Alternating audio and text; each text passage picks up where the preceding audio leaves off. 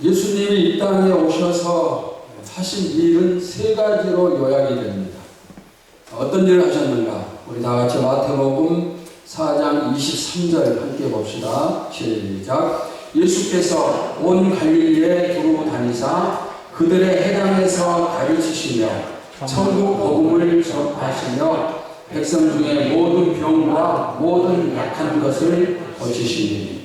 이 말씀 보시면은 예수님의 사역 전체가 요약이 되어 있습니다. 그럼 어떤 것입니까? 첫째는 가르치심, 그 다음에 두 번째는 복음을 전파하심, 세 번째는 병, 약한 것을 치료하심, 고치심. 교회에는 이 세 가지가 반드시 포함되어야 됩니다. 즉 교회의 3대 사역은 가르침과 복음 전파와 치유입니다. 우리 교회도 이 세 가지가 차고 넘치기를 간절히 소원합니다. 자, 오늘부터 예수님의 이 세 가지 사역을 살피도록 하겠는데, 이 시간에는 이 세 가지 중에서 첫 번째 사역인 가르침에 대해서 말씀을 드리겠습니다. 예수님의 가르침이 성경 어디에 기록되어 있습니까? 성경 전체는 다 예수님의 가르침입니다. 그런데 그 중에서도 가장 중요한 가르침이 바로 마태복음 5장에서 7장에 나오는 말씀입니다. 자, 이 말씀을 가리켜서 우리는 산상보훈이라, 마태복음 5장에서 7장을 가리켜서 산상보훈이라 이렇게 부르는데, 즉 이것은 산에서 가르치신 보물과 같은 교훈이다, 이런 뜻입니다. 이 산상보훈은 예수님의 대표적인 가르침인데, 이제 이 가르침에 대해서 오늘부터 살피도록 하겠는데, 그러면은 이 산상보훈의 내용이 어떤 것일까요? 산상보훈의 내용을 세 가지로 구분을 할 수가 있습니다. 첫째는 복이 무엇인가? 복이 무엇인가? 그 다음에 두 번째는 하나님과 어떤 관계를 맺어야 될 것인가? 그리고 세 번째는 사람과는 어떤 관계를 맺어야 될 것인가? 바로 이 세 가지로 구분하는데, 오늘은 이 세 가지 중에서 첫 번째로 복이 무엇인가 그 부분을 살피고 나머지는 또 다음 주부터 계속 살피도록 하겠습니다. 산상보훈을 보시면은 맨 처음에 나오는 것이 뭐냐면은 복에 대한 내용이 나옵니다. 그런데 우리는 그것을 무슨 복이라고 부릅니까? 팔복이라고 부릅니다. 8가지 복이다. 그러면은 예수님께서 우리에게 중요한 가르침을 하시는데 왜 첫 번째로 복에 대해서 말씀을 하셨는가? 하실 말씀이 수없이 많이 있을 텐데 왜 복이 첫 번째로 나오는가? 그 이유가 뭘까요? 그것은 바로 우리들이 주님이 주시는 복을 마음껏 받기를 소원하신다는 그런 이유 때문입니다. 여러분, 이 사실을 믿습니까? 네. 주님은 우리에게 복을 주시기를 원하십니다. 성경이 다 증명이 됩니다. 성경을 살피면은 하나님은 사람들에게, 인류에게 복을 주시고 또 주시고자 하십니다. 천지창조 후에 아담과 하와에게 복을 주셨습니다. 하나님은 어떤 것이 특별히 시작될 때, 또 새 시대가 열릴 때마다 가장 먼저 주신 게 바로 복입니다. 자, 아담과 하와도 마찬가지예요. 창세기 1장 28절에 하나님이 그들에게 복을 주시며, 여기 그들이 누굽니까? 아담과 하와예요. 천지창조 후에 첫 번째로 하신 일은 아담과 하와에게 복을 주시는 일이에요. 그 다음에 홍수로 인류를 멸망시킨 다음에 방주 속에 들어가 있던 노아의 가족이 나왔을 때 하나님이 맨 처음에 하신 일이 무엇입니까? 창세기 9장 1절에 하나님이 노아와 그 아들들에게 무엇을 주시며? 복을 주시며. 방주에서 나온 후에 새 시대가 시작됐습니다. 모든 인류가 멸망하고 노아의 가족만 남았습니다. 새로운 출발, 이 시간에 하나님이 주신 첫 번째는 바로 복입니다. 자, 하나님이 아브라함을 믿음의 조상으로 부르시면서 첫 번째 하신 말씀도 복을 주신다는 말씀이에요. 창세기 12장 2절에 내가 너로 큰 민족을 이루고 너에게 복을 주어. 너에게 복을 주어. 이처럼 하나님이 새로운 시대, 새로운 출발점에서 하신 일은 가장 먼저 뭐예요? 복을 주시는 일이에요. 왜 그렇다고요? 우리가 이처럼 많은 복을 받기를 원하시기 때문에. 자, 예수님도 마찬가지로 가장 중요한 이 산상보훈의 가르침에서 맨 먼저 말씀하신 것이 바로 복에 대한 내용이에요. 그러면 여러분, 복이 무엇입니까? 우리가 생각하는 복이 무엇입니까? 돈을 많이 벌고 오래 살고 또 만사형통하고 자식이 성공하고 건강하고 높은 지위에 오르고 가는 곳마다 머리가 되고 대접을 받고 이런 것들이 우리가 흔히 말하는 복의 내용입니다. 그런데 예수님의 가르침, 예수님의 복은 우리의 생각과는 차이가 있어요. 오늘 본문에 8가지 복이 나오는데 사실 이 8복은 작년 10월부터 11월까지 주일 남대회 시간에 매주 한 가지 복에 대해서 살폈어요. 근데 오늘은 이 8가지를 제가 요약해서 다시 살핍니다. 왜? 주님의 가르침 중에서 첫 번째 나온 게 이 8복이에요. 그러니까 이 8복을 뺄 수가 없어서 대신 요약해서 오늘 살피도록 하겠습니다. 자, 그러면은 예수님의 가르치신 복이 어떤 것인가? 8복 중 첫 번째 복은 천국의 소유가 천국이 내 것이고 그것이 바로 복입니다. 자, 우리 다 같이 마태복음 5장 3절 봅시다. 시작. 심령이 가난한 자는 복이 있나니 천국이 그들의 것입니다. 자, 5장 10절도 봅시다. 시작. 의를 위하여 박해를 받은 자는 복이 있나니 천국이 그들의 것입니다. 여러분은 천국의 소유자입니까? 천국에 갈 수 있습니까? 갈 수 없습니까? 우리는 천국에 갈 수 있습니다. 그러면 방금 여기 말씀에 천국이 그들의 것이냐고 그랬어요. 그러니까 복이 있다는 겁니다. 그래서 여러분은 복을 이미 많이 받은 사람입니다.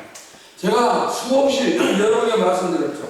이 세상의 모든 것을 소유로 해도 천국에 가지 못한 사람은 복받지 못한 사람이에요. 그러나 이 세상에 정말 힘들고 어렵게 산다 할지라도 내가 천국에 갈 수 있는 사람이라면 그 사람은 복이 있는 사람이다. 이런 말씀을 드렸습니다.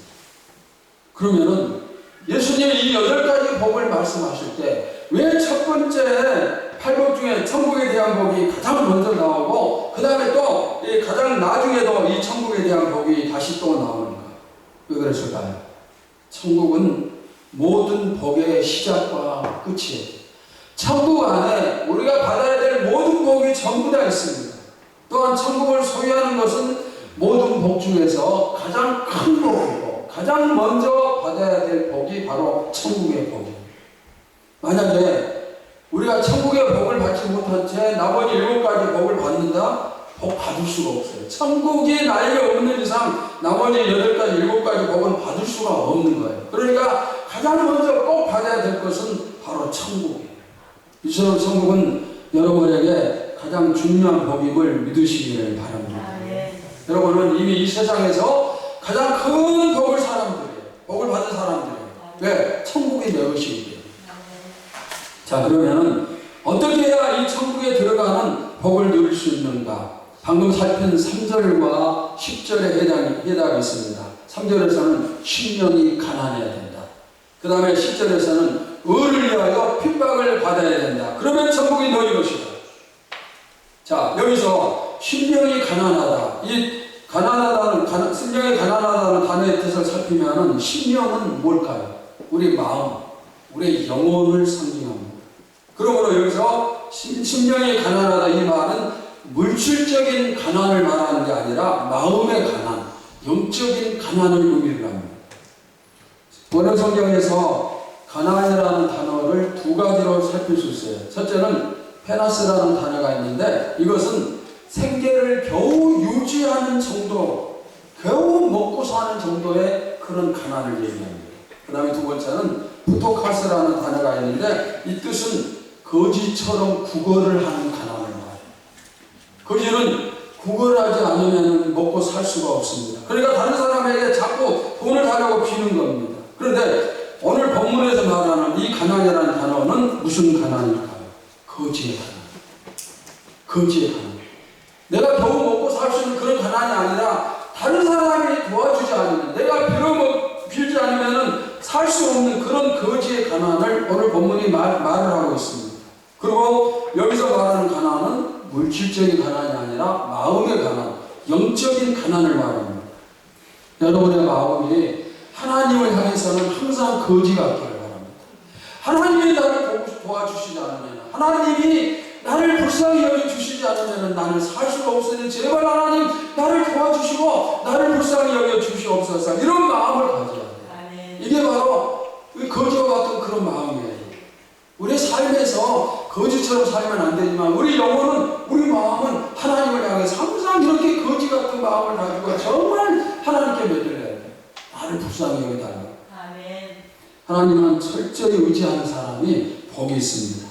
여기 10절에서 아까 10절 봤었죠. 의를 위하여 박해를 받는 사람이 천국의 소유자가 된다, 이렇게 말씀을 했어요. 자, 심령이 가난한 자도 천국을 소유하는 자가 되고 의를 위하여 박해를 받는 사람도 천국의 소유자가 되는데, 여기 의를 위하여 박해를 받는다는 것은 무슨 뜻일까요? 예수님 때문에 핍박을 받는 것, 또 내가 신앙생활을 하는 것 때문에 핍박을 받는 것을 말을 합니다. 여러분, 믿음 생활하면서 핍박을 받는 사람 가운데 천국에 가지 못할 사람이 있을까요? 없을까요? 한 사람도 없어요. 사탄은 믿음이 좋은 사람을 핍박해요. 믿음이 별로 없으면 별로 핍박도 없어요. 좋은 사람만 공략을 합니다. 여러분에게 만약 핍박이 자꾸 몰려오면 무슨 생각을 하면 될까요? 아, 내가 믿음이 좋구나, 천국이 나의 것이구나, 이렇게 당당하게 생각을 하면 좋겠죠.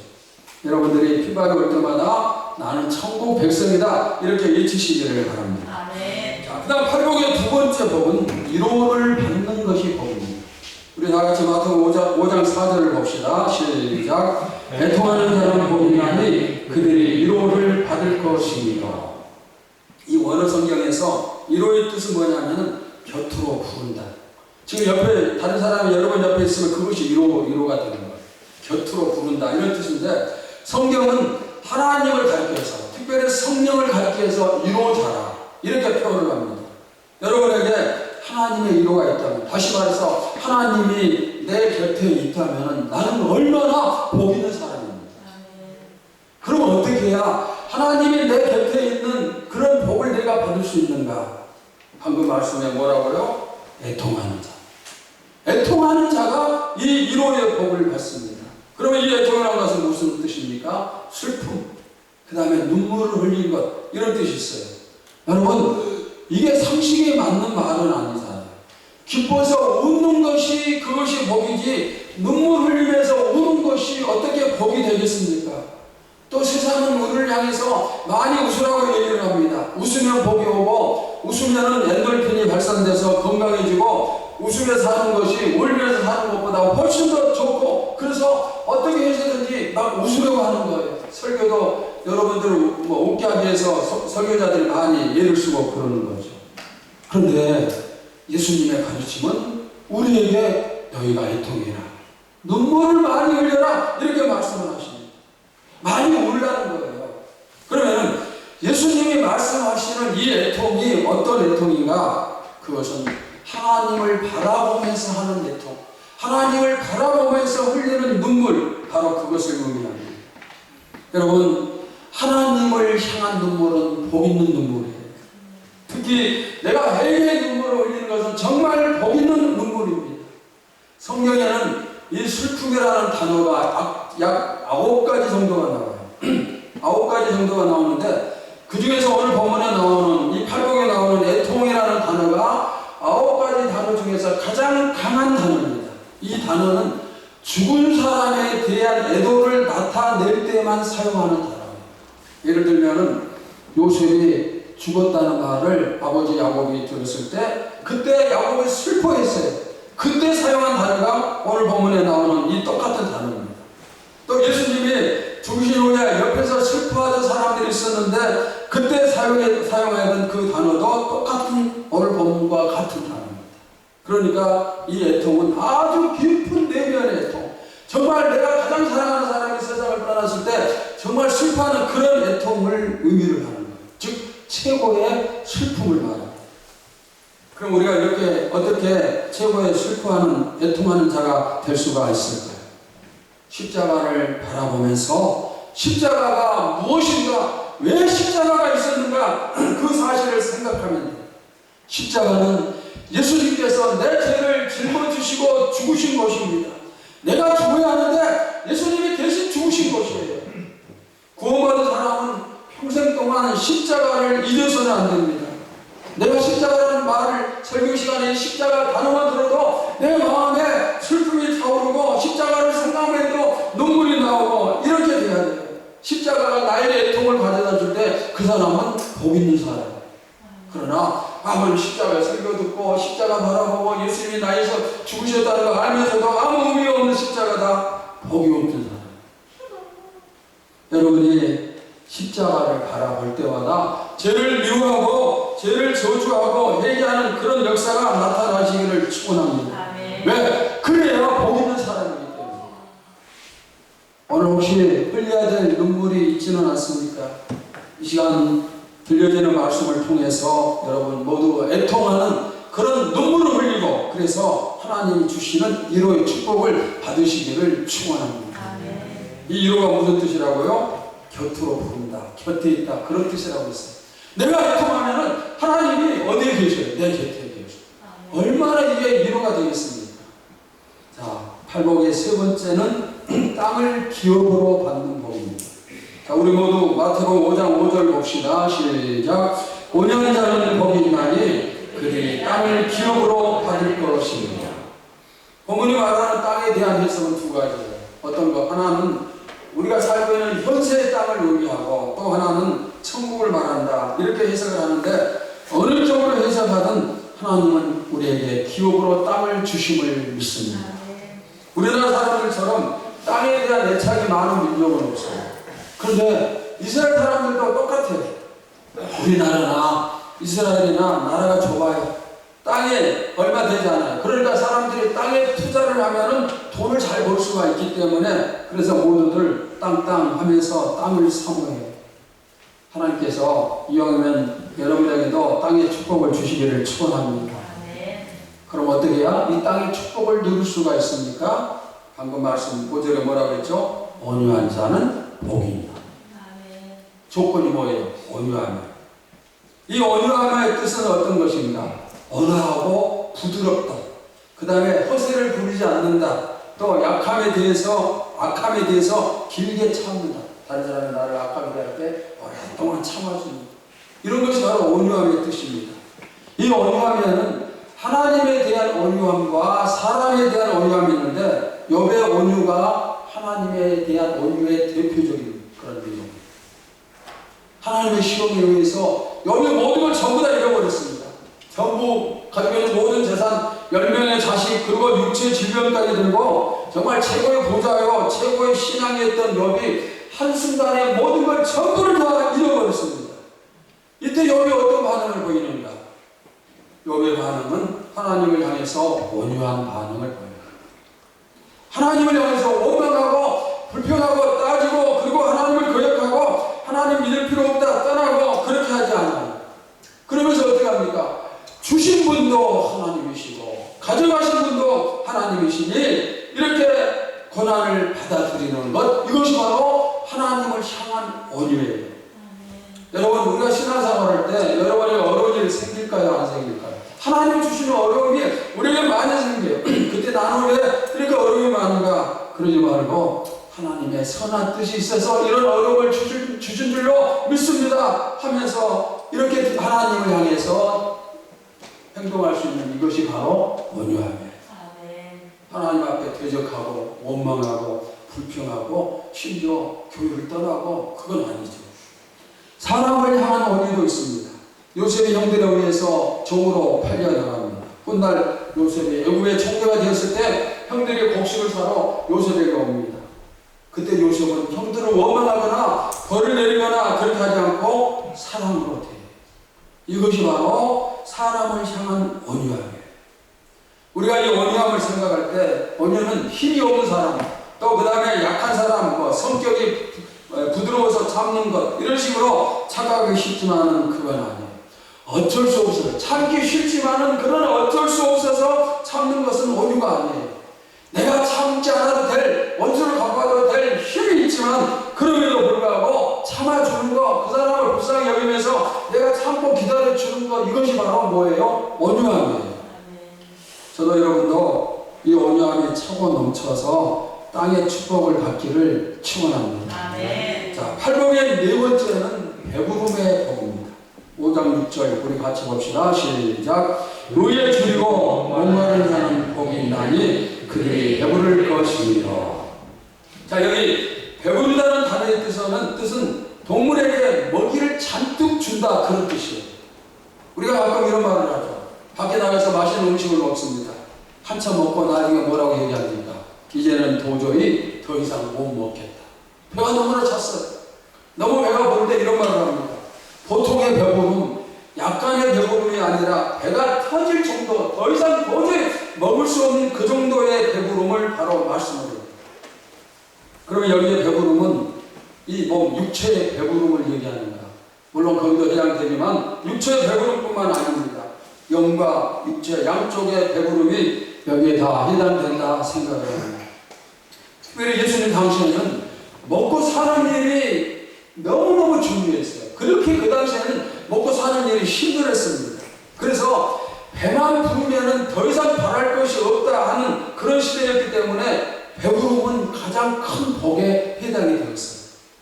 여러분에게도 배부름의 복이 차고 넘치시기를 축원합니다. 사실 지금도 예수님이 오신 지 2000년이 지난 지금도 배고픔에 눈물을 흘리면서 하는 그런 사람들이 많이 있어요. 그러나 주님 우리에게 약속하셨습니다. 하나님의 자녀들은 먹고 마시고 입고 쓰는 모든 것을 책임져 주신다 약속을 하셨기 때문에 우리 삶 모든 부분에 주님이 배부름 주심을 믿습니다. 아멘. 배부름과 비슷한 내용이 다윗의 고백에도 나와요. 유명한 시편 23편 1절 잘 아시죠? 함께 봅시다. 시작. 여호와는 나의 목자시니 내게 부족함이 없습니다. 여기서 다윗이 부족함이 없다고 고백하는 것과 배부르다는 고백이 같은 거예요. 자, 시편 34편 10절에도 보시면 여호와를 찾는 자는 모든 좋은 것에 무엇이 부족함이 없습니다. 이 말씀에서도 다윗은 모든 좋은 것에, 내 삶의 모든 좋은 것에 부족함이 없다, 즉 배가 부르다, 이렇게 고백을 했어요. 여러분, 다윗의 고백이 여러분의 고백이 되기를 축원합니다. 그러면 우리가 어떻게 이 배부름의 복을 누릴 수가 있는가? 자, 우리 다시 마태복음 5장 6절 다시 봅시다. 시작. 의에 줄이고 목마른 자는 복이 있나니 그들이 배부를 것이며. 여기 보시면은 배부르기 위해서 필요한 두 가지가 나오죠. 첫째는 뭡니까? 줄이고, 두 번째는 뭡니까? 목마르다. 줄임과 목마를 때 배부릅니다. 그럼 이걸 한 가지씩 살피면은 줄임이 어떤 것인가? 줄임은 뭐예요? 배고픔을 말해요. 배가 고픈 거예요. 그러면 여기서 말하는 배고픔은 보통 배고픔이 아니에요. 굶주리고 또 굶주리다가 정말 죽어가는 그런 상태의 배고픔을 말한다 볼 수가 있습니다. 여러분이 배고프다는 말을 할 때 어느 때 합니까? 난 12시가 되면은 점심을 먹습니다. 그런데 오후 3시, 4시간 되어도 점심을 먹지 못했어요. 그럴 때 내가 너무 배고프다 이런 말을 해요.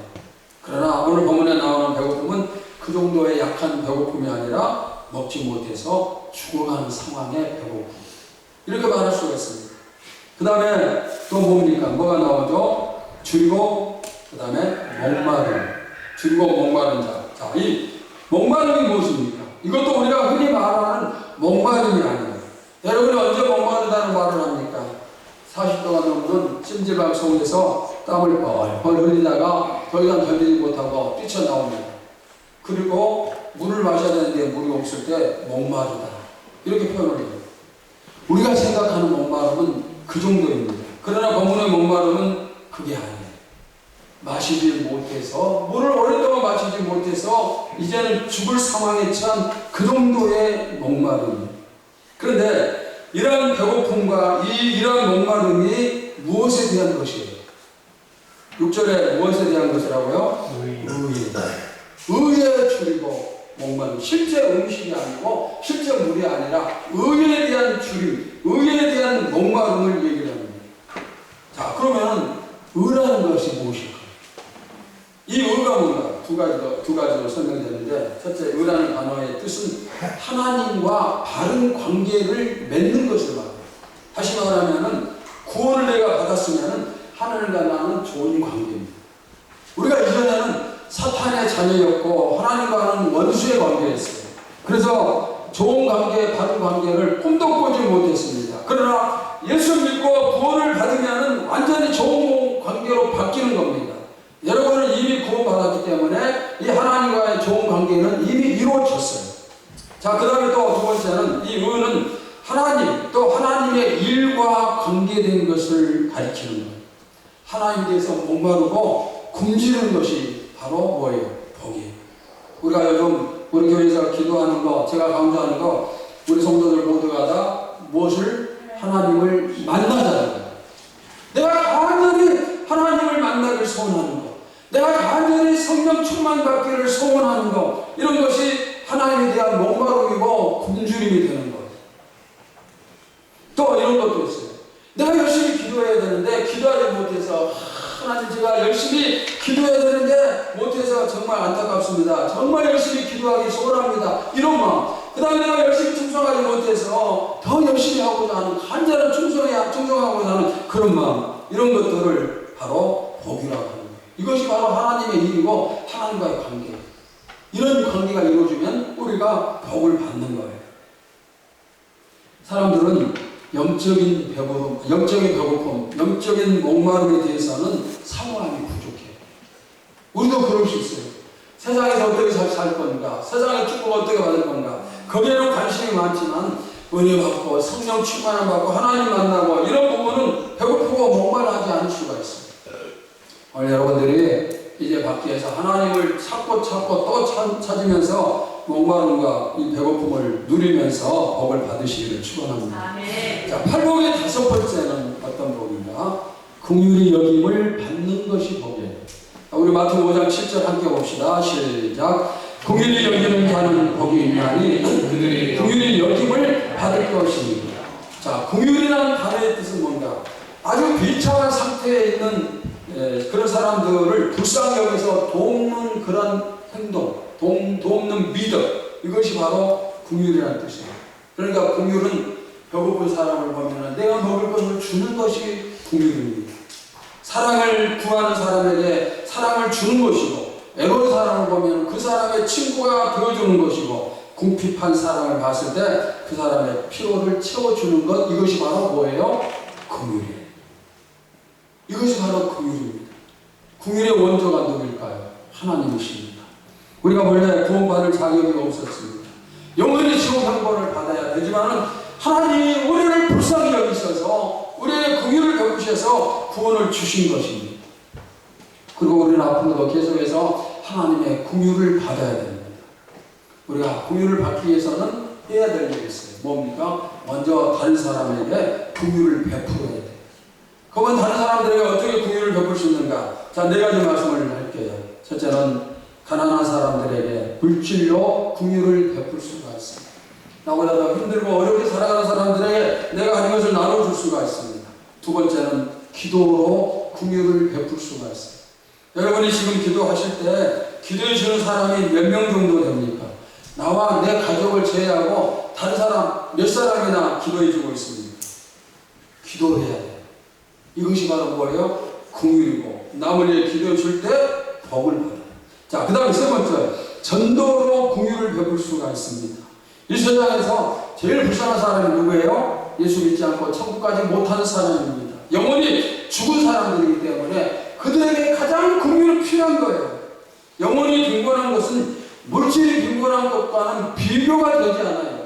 상대가 되지 않아요. 그토록 엄청난 그런 불쌍함이 바로 구원받지 못한 사람이에요. 그러니까 그런 사람들에게 긍휼을 더 베풀어야 돼요. 어떻게? 복음을 전함으로써, 즉 전도함으로써 우리가 긍휼을 실천하는 것이 됩니다. 그 다음에 네 번째는 우리를 박해하는 사람에게 긍휼을 베풀어야 돼요. 사도행전 보시면은 스데반이 돌에 맞아 죽습니다. 근데 자기를 향해 돌을 던지는 그 사람들을 향해서 스데반이 뭐라고 기도합니까? 아버지여 저들을 용서하여 주옵소서. 저들을 용서해달라. 이것이 바로 진짜 긍휼입니다. 오늘 여러분에게 못살게 굴고 여러분을 또 핍박하면서 고통을 주는 그런 사람이 있다면 똑같이 갚아주면 안 돼요. 어떻게 해야 되죠? 스데반처럼 그들을 용서해 줘요. 그들에게 긍휼을 베풀어야 됩니다. 그럴 때 하나님의 긍휼이 여러분에게 차고 넘침을 믿습니다.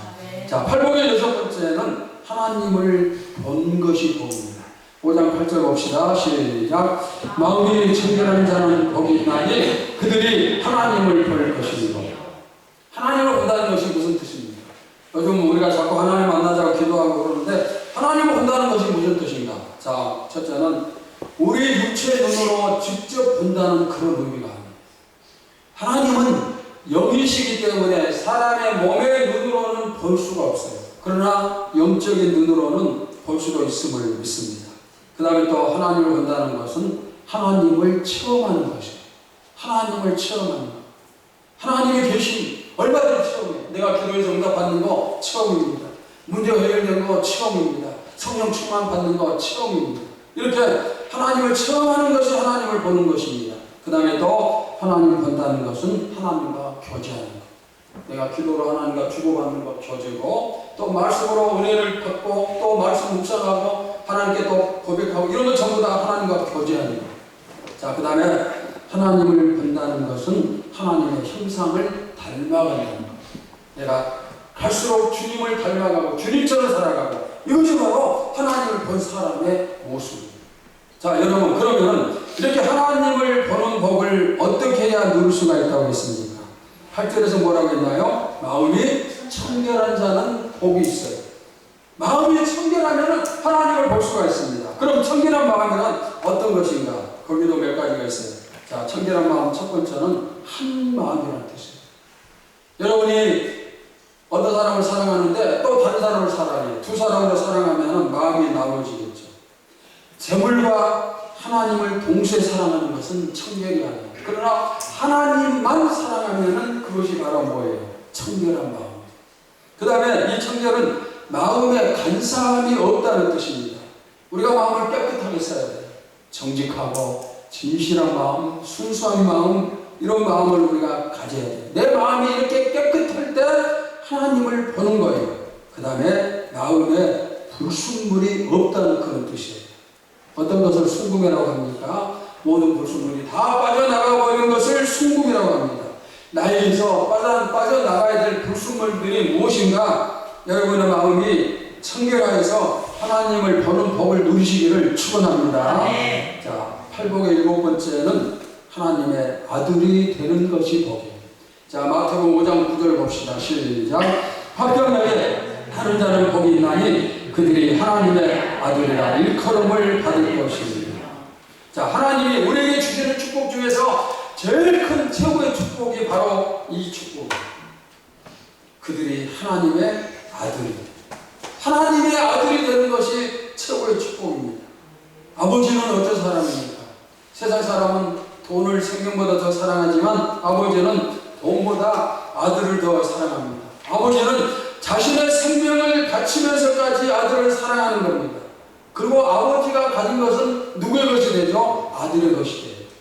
그러니 이 아들의 축복은 이루 말할 수가 없습니다. 그러면은 우리가 어떻게 해야 하나님의 아들이 되는지 복을 받을 수가 있는가? 자, 9절에 뭐라고 했어요? 화평하게 하는 자. 화평하게 하는 자가 하나님의 아들이 되는 축복을 받는 것입니다. 그러면 이 화평이 무엇입니까? 하나님과 나 사이에 막힌 장벽이 없고 서로 사랑의 교제가 오고 가는 것, 그것이 평화예요. 가정과 교회에서 서로 웃고 서로 사랑하고 지내는 것, 이것이 바로 화평이요 평화입니다. 그리고 특별히 고난이 오지만 내 마음이 평안한 것, 내 마음이 여동치 않는 것, 그것이 바로 화평입니다. 사람들이 착각하는 게 있습니다. 돈이 많으면 평안하겠다, 화평하겠다 이렇게 생각하지만은 절대로 아니죠. 여러분, 사실은 전부 싸우는 것은 뭐 때문에? 돈 때문에 싸워요. 돈만 가지고 보면 가족들끼리, 형제들끼리 싸우는 그런 일을 우리가 많이 봅니다. 주님은 화평의 왕이십니다. 그분께 나를 맡길 때 나도 화평의 사람이 되고, 그래서 하나님의 아들이 되는 축복을 누림을 믿습니다. 자, 팔복의 마지막 8번째 무슨 복입니까? 하늘의 상을 받는 것이 복이에요. 마태복음 5장 11절과 12절 봅시다. 시작. 나로 말미암아 너희를 욕하고 박해하고 하여 거짓으로 너희를 거슬러 모든 악한 말을 할 때에는 너희에게 복이 있나니 기뻐하고 즐거워하라. 하늘에서 너희의 상이 큼이라. 너희 전에 있던 선지자들도 이같이 박해하였느니라. 여러분 모두 다 훗날 하나님이 여러분을 부르실 때 천국에서 근상 많은 상을 받으시기를 축원합니다. 그러면 어떻게 왔습니까? 믿음 때문에 세상으로부터 핍박을 받을 때 그 핍박이 상으로 바뀌는 거예요. 방금 이 말씀은 그 뜻입니다.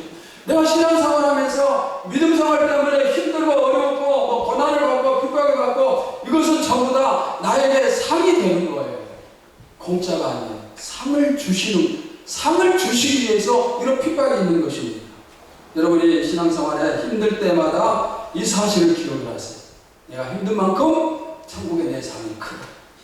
자, 말씀을 마치면서 복이 무엇인가 다시 한번 요약을 하겠습니다. 첫째, 천국의 소유가 복입니다. 둘째, 뭐예요? 이로 받음이 복입니다. 셋째, 땅을 기업으로 받는 것이 복입니다. 넷째, 배부르기 복입니다. 다섯째, 긍휼히 여김을 받는 것이 복입니다. 여섯째, 하나님을 보는 것이 복입니다. 일곱 번째, 하나님의 아들 되는 것이 복입니다. 여덟 번째, 하나님의 상 받는 것이 복이에요. 여러분, 주님이 우리에게 산상보훈의 가르침을 주실 때 맨 처음에 이 복에 대해서 가르침을 주셨습니다. 이것은 무슨 뜻이라고요? 우리가 그만큼 이 복을 주님이 받길 원하신다는 그런 뜻이라고 했습니다. 주님은 우리가 복 받아 누리기를 간절히 소원하고 계십니다. 이 8가지 복이 우리 교회와 우리 가정과 우리 자신에게 창원 넘치시기를 주님의 이름으로 축원합니다. 하나님 감사합니다. 우리를 사랑하셔서 우리에게 복을 주시기 위해서 항상 가장 먼저 우리에게 복을 빌어서 주셨던 주님, 오늘도 주님의 가르침을 살피면서 팔복에 대해서 말씀을 드렸습니다. 그리고 이 팔복을 우리에게 주시길 간절히 원하시는 주님의 뜻임을 우리가 잘 알고 있습니다. 이 8가지 복을 하나도 놓치지 않고 전부 다 받는 우리 천일의 모든 성도들 되게 하여 주시옵소서. 예수님의 이름으로 기도하옵나이다. 아멘.